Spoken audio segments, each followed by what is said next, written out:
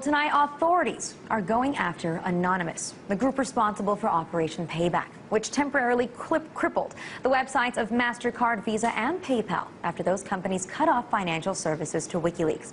5 people have been arrested in the UK.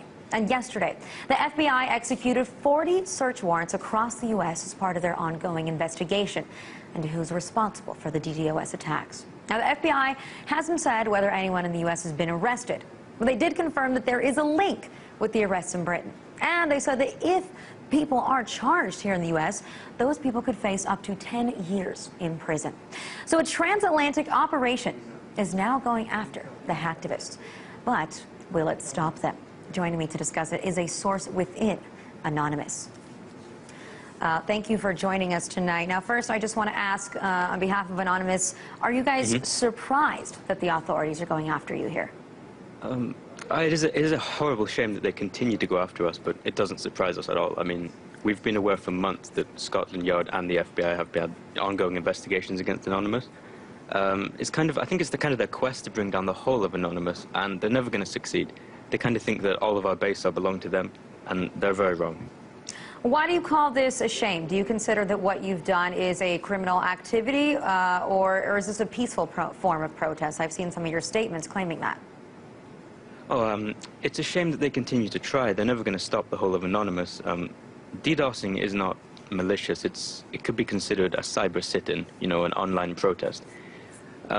It's not harmful. It's much like, think of it much like blocking an entrance to a building like a bank or a shop. We're not breaking windows of buildings. We're not destroying parts of websites. We're simply denying access to it. That's the point. Distributed denial of service attacks. It's just a protest, but online. Now, it seems like there's an international effort going on between the UK and the US. And I know that you guys wrote out a statement for the British government.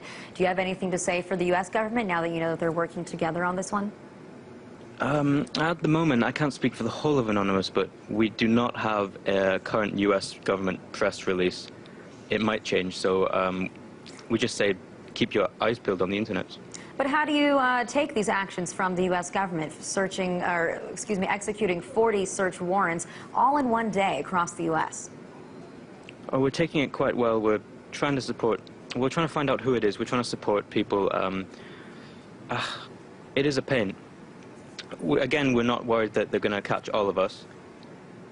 Hold on, sorry. My connection is giving me issues. Are you still with me? Keep talking so we can see if we can still hear you. I think that we may have lost our Anonymous representative. Please tell me if you're still with us and your connection is better.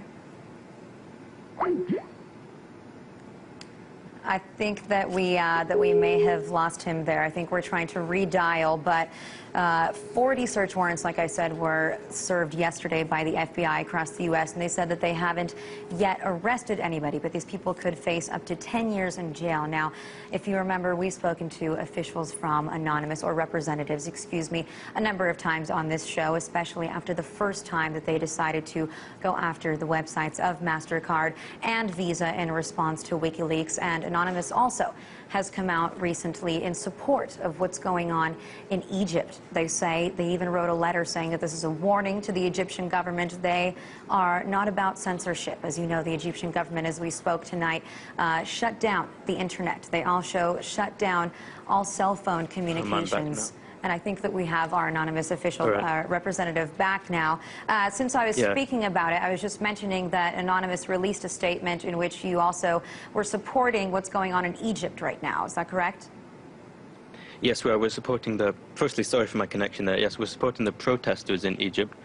We have been, well, of course, the internet has been shut down in Egypt. We've been sending faxes of WikiLeaks documents to Egyptian locations like schools. We're trying to get people involved in WikiLeaks, trying to help people out. We're also trying to make sure the internet is well spread there. Most internet ISPs in Egypt have been shut down. There's still some dial-up going on that the government used, so we've been trying to help people with that too. Now, in regards to the investigations by the UK and the US, what's your plan here? I know you can't give us the exact details, but is there some kind of a plan for retaliation? No, I can't tell you for certainty that we have a plan for retaliation. There could always be an idea that gets sparked between Anonymous. It could always happen. Mainly, I'm just baffled by the FBI's statement about this, that DDoSing can earn up to 10 years in prison. It's pretty ridiculous. I think they just see us as hackers on steroids. They're trying to take us all down. But we don't have any initial plans, but that could change. Well, I also just want to know, in response to some of your actions lately when it comes to these DDoS attacks, what kind of a response have you gotten from people? Obviously not from government officials who aren't too happy about it, but from regular citizens, from the public. Are they supporting you here? I'm in lesbians with this question, definitely. We've got such a large influx of positive support from everyone. Well, not everyone, but a majority over the past couple of months. I mean, more and more people are realizing that they need to fight back against governments who think they can bite at their citizens. I mean, bringers of censorship and corruption need to learn that if they keep biting the anonymous hand will bitch slap them in the face.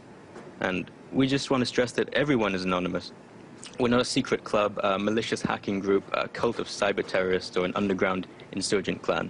I mean, we're not contained within one IRC network, one image board, or one human generation. I mean, we're everyone and we are no one. We're the producers of your show, we're the people at home watching it, on YouTube or other televisions. And if you want to help out our cause, we have sites like anonnews.org and anonops.ru to get started. We have press releases, news sources, a forum, and a public IRC network that you can come on any time. We're never going to give you up, never going to let you down. I think that some of our producers here on the Alona Show might counter that statement, but thank you very much for joining us.